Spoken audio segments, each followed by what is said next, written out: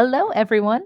Welcome to the AP World History podcast station, Jen Brin's AP World History Extravaganza. We're going to start with our very first podcast in this now revised AP World History modern style, talking about developments in East Asia. Every podcast starts out with this fun little introduction, as well as the learning objectives that we'll be focusing on today. We'll be looking at the systems of government employed by Chinese dynasties and how they developed over time. To truly understand that, we're going to have to go back a little bit. We're going to look at the effects of Chinese cultural traditions on East Asia over time. And finally, take a look at the effects of innovation on the economy over time. And again, we're taking a step back. Starting with the Shang period. Going back to 1766 BCE, and again, that stands for before Common Era. So we don't use BC and AD, we use BCE, before Common Era, and CE, Common Era. So right off the bat, just getting into some history here. The writing system developed during the Shang period in China around 1200 BCE. And part of why we know so much about the Shang period and about early Chinese culture is because of something called oracle bones. And this is how we're also able to see the Chinese characters. The oracle bones were used in divination. They were used to communicate with the gods, the divine spirits. And religion centered on one supreme god who couldn't directly be approached by the common people. So, how the king or the emperor or the ruler would communicate with the supreme god was actually through something called ancestor veneration. So, essentially, reaching out through ancestors who have since passed, praying, using the oracle bones to communicate, interpreting answers through the oracle bones. And that was how communication worked.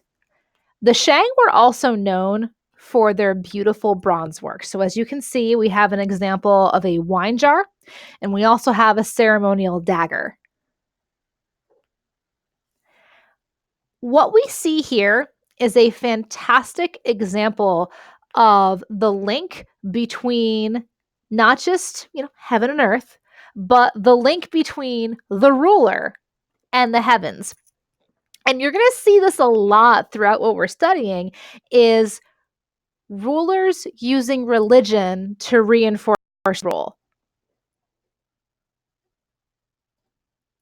Looking at the Zhuo period, and they're another great example of using religion to reinforce their reign.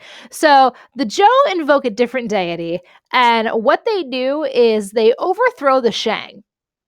And in order to justify this, because the Shang is the first true legitimate dynasty that historians can say, yes, these people existed.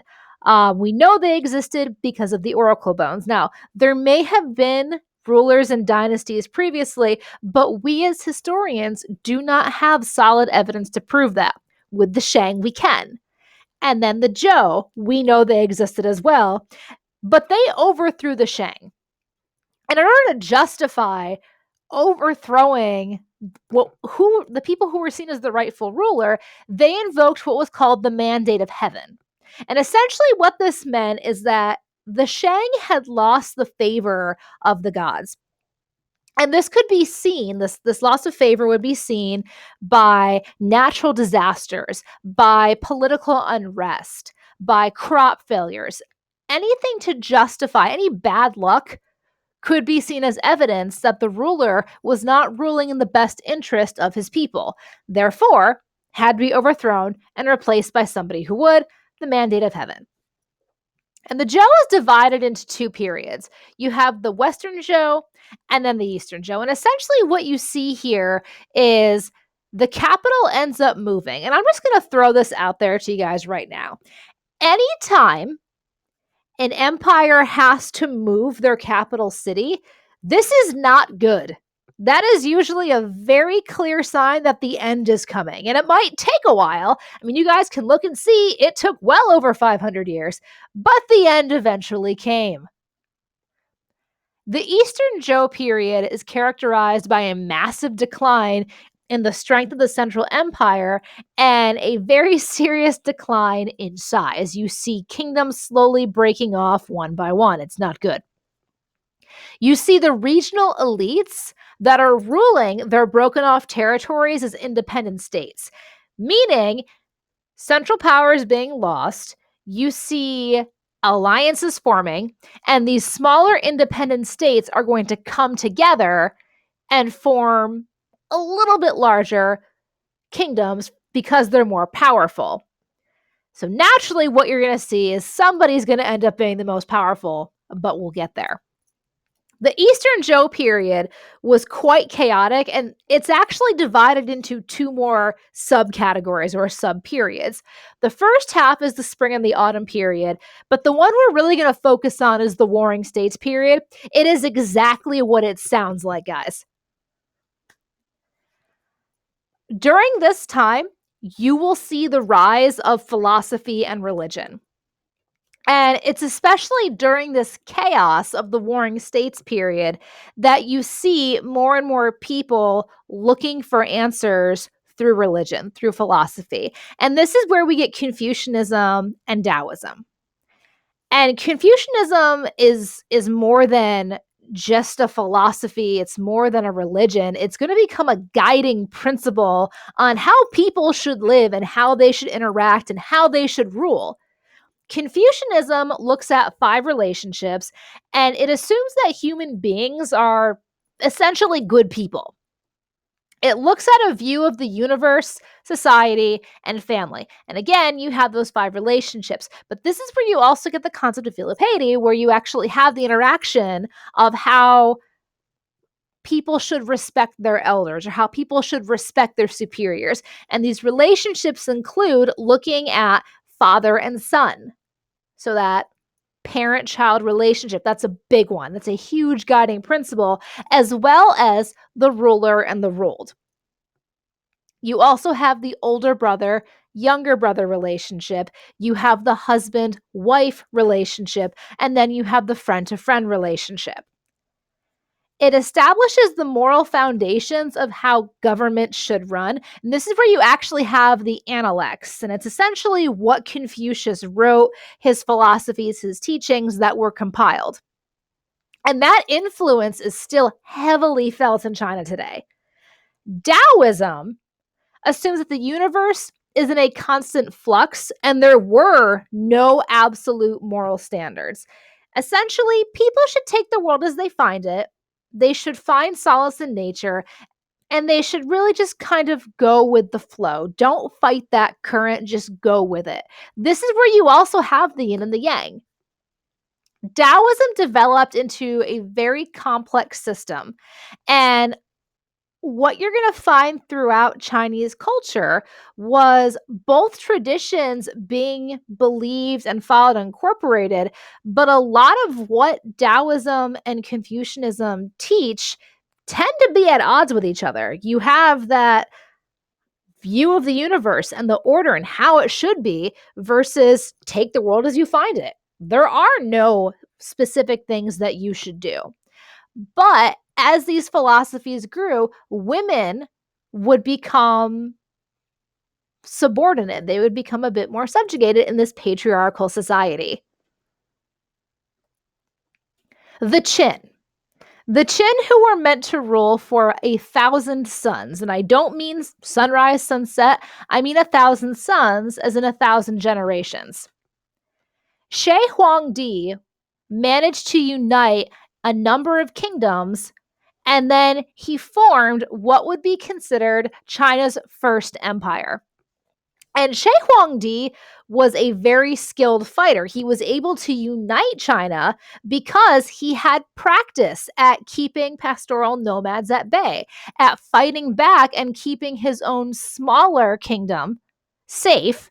And then he would invade other kingdoms and make his even stronger. After he unites China, Shi Huangdi establishes a very strong centralized government.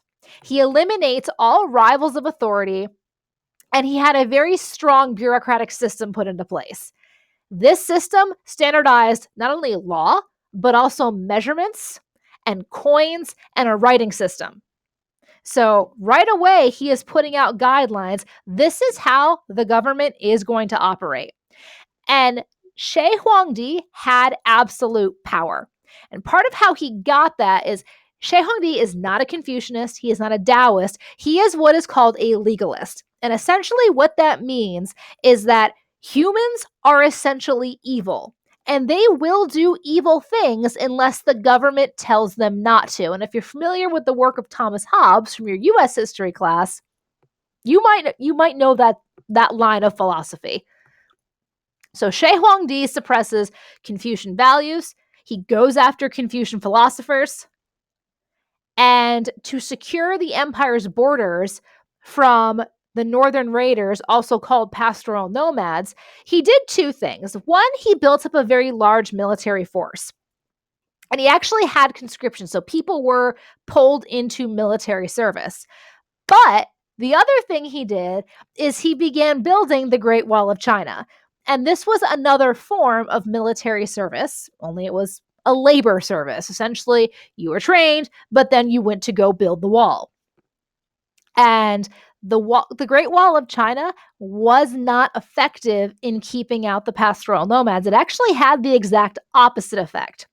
What he did, his constant attacks on the pastoral nomads, as well as building this wall, actually united them into one group called the Shang Confederacy. And they would band together and periodically begin organizing raids against the Qin. And they would also do this against the Han. Now, guys, one thing we talk about in AP World History is connections. How does everything come together? How does the stone in the water, the ripple effect, the butterfly effect, whatever you want to call it, we're going to be looking at that. And what you have to know is that Shi Huangdi's attacks and this unification of the nomads, this is one of the reasons why the Han Dynasty is going to fall. But that's not going to happen for quite a long time. We're going to come back to why the Han fall. They rule for about 400 years. Ripples, connections. Shi Huangdi died. And here's the thing, guys. You can be a terrible, terrible human being and still be a successful ruler as long as you don't tax people too much. And that's what we're learning from this. So Shi Huangdi was a very absolute, you could call him a very vicious ruler.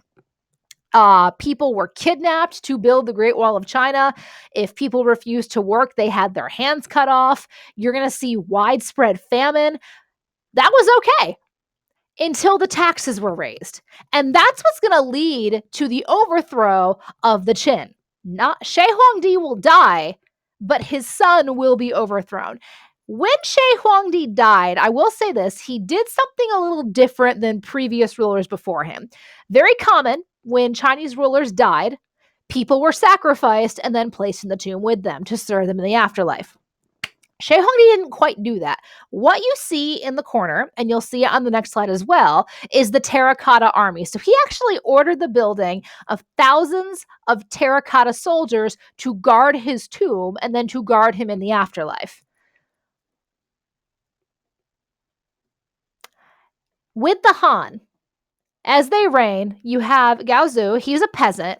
He defeats all other rivals for control of China and establishes one of the most famous dynasties to ever rule, and it's the Han.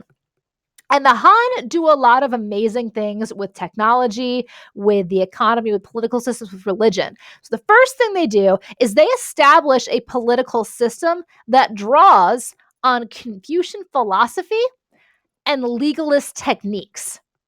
And there's a lot of issues at first. I mean, the Qin, even though their rule was very brief, there's a lot of resentment built in because the Han have established the Confucian hierarchy. And to help ease this transition, the Han took a look at what not to do. Again, you don't raise taxes, guys.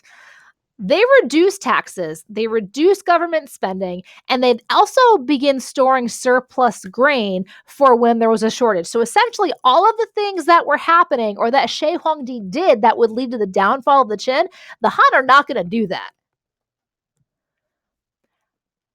Later on, what we'll see is the expansion of Chinese territory into the northwest and the foundation of the Silk Road. So you have the establishment of a trading route that is going to join the Han with the very powerful Roman Empire. And this is going to be a very profitable relationship for both people, but it's not just about the spread of goods. You're going to see the spread of ideas going back and forth as well. You'll see culture spreading back and forth. You'll see the rise of very powerful empires because of the Silk Road. In order to pay for this buildup, Emperor Wu instituted a very controversial government monopoly on high profit commodities. Now, he's not going to be the first to do this, and he won't be the last, but these two commodities are salt and iron. Things that everybody needs. Again, Confucianism is adopted. Confucian scholars are also officials in government. They model the behavior that all citizens should strive to emulate. They also have a bureaucratic system of getting into the government, but these government positions tend to be handed down throughout the generations. So what you can see here is the Qin dynasty and their territory, the Great Wall of China, as well as a close-up of the Terracotta Army. And then we have a map of the Han dynasty. So you can see the difference in the expansion of territory. Continuing on with society and beliefs. The family was the basic unit of society, and again, that connects back to Confucianism. You'll see ancestor veneration continuing, filial piety, the respect of your elders, the respect of people who are superior to you.